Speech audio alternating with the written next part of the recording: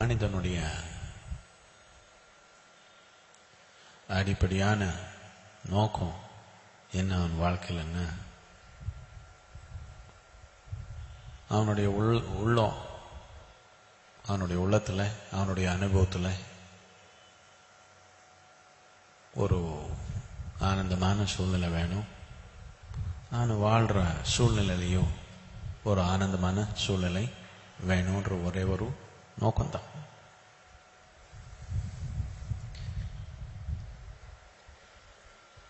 இந்த ஒரு தேடுதல்ல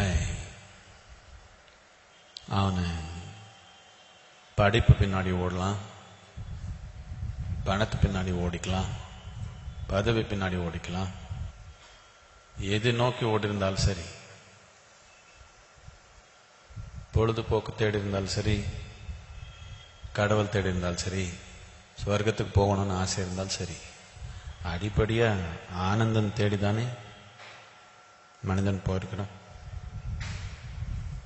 ஏதோ ஒரு ஆசை, இது நடந்து ஆனந்தம் கிடைக்கும், இல்லை அது நடந்து ஆனந்தம் கிடைக்கும், எதுலையும் நடக்கலைன்னா சொர்க்கத்துக்கு போய் ஆனந்தமா இருக்கலாம்னு சில பேர் முடிவுக்கு வந்துட்டாங்க. இது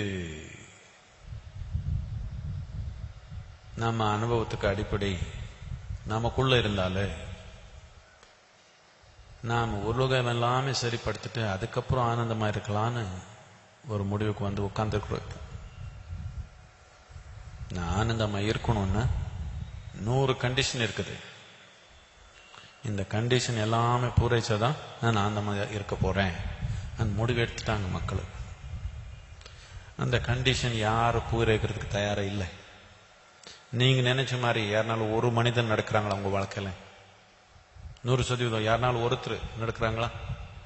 யாருனாலும் பிடிச்சிங்களா அந்த மாதிரி? யாருனாலும் பிடிச்சிங்களா? அந்த மாதிரி மனைவியோ, அந்த மாதிரி கணவனோ, அந்த மாதிரி குழந்தையோ யாருனாலும் பெத்தீங்களா? ஒரு அடிமை பிடிச்சி வந்தாலே அவனு நான் நினைச்ச மாதிரி நடந்துக்க மாட்டான். அவனு என்னமோ பண்ணிக்குவான். நம்ம அப்படி பார்த்தா இன்னொன்னு பண்ணிக்குவான். அதனால யாரும் நம்ம மாதிரி சொன்ன மாதிரி கேட்க மாட்டாங்களே, வீட்டுல நாய் வச்சு அதனால நாம சொன்ன மாதிரி கேக்குதுன்னு அது கூட கேட்காது, அது என்னமோ பண்ணிக்குது. எந்த ஒரு உயிர் நாம் நினைச்ச மாதிரி முழுமையா நடக்கல. அதனாலதான் ஆன்மீகம். யாரும் நம்ம நினைச்ச மாதிரி நடந்துக்க மாட்டாங்க. இது ஒன்னானாலும் நாம் நினைச்ச மாதிரி வச்சுக்கலாமே ஒரு ஆர்வம் வந்துச்சு. இது கூட நாம் நினைச்ச மாதிரி நடந்துக்கலன்னா முடிஞ்ச மாதிரிதான் கதை. ஆனா இப்ப அதுதானே பிரச்சனை. இவரே நாம் நினைச்ச மாதிரி நடந்துக்கல, இங்க எங்க அவரு வாய்ப்பே இல்லை அவருக்கு நமக்கு இல்லையா?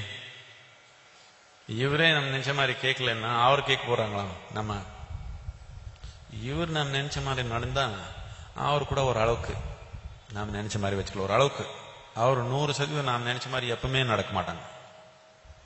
ஆனா இவரு நாம் நினைச்ச மாதிரியே நடந்துட்டா அவர் எல்லாம் ஒரு 90% நாம் நினைச்ச மாதிரி வச்சுக்கலாம். அப்போ நீங்க நினைச்ச மாதிரி உங்க உயிர் நடந்தா, நீங்க நினைச்ச மாதிரி உங்க குடும்பம் நடந்தா, நீங்க நினைச்ச மாதிரி உலகமே நடந்தா ஆனந்தமா வச்சுக்குவீங்களா இல்ல துன்பமா வச்சுக்குவீங்களா? அதுதான். இது என்னுடைய போதனை இல்லை, இது உயிருடைய ஆர்வம். பிரத்தியொரு உயிருடைய ஆர்வம் என்னன்னா ஆனந்தமா இருக்கணும்னு ஒரே ஒரு ஆர்வம்.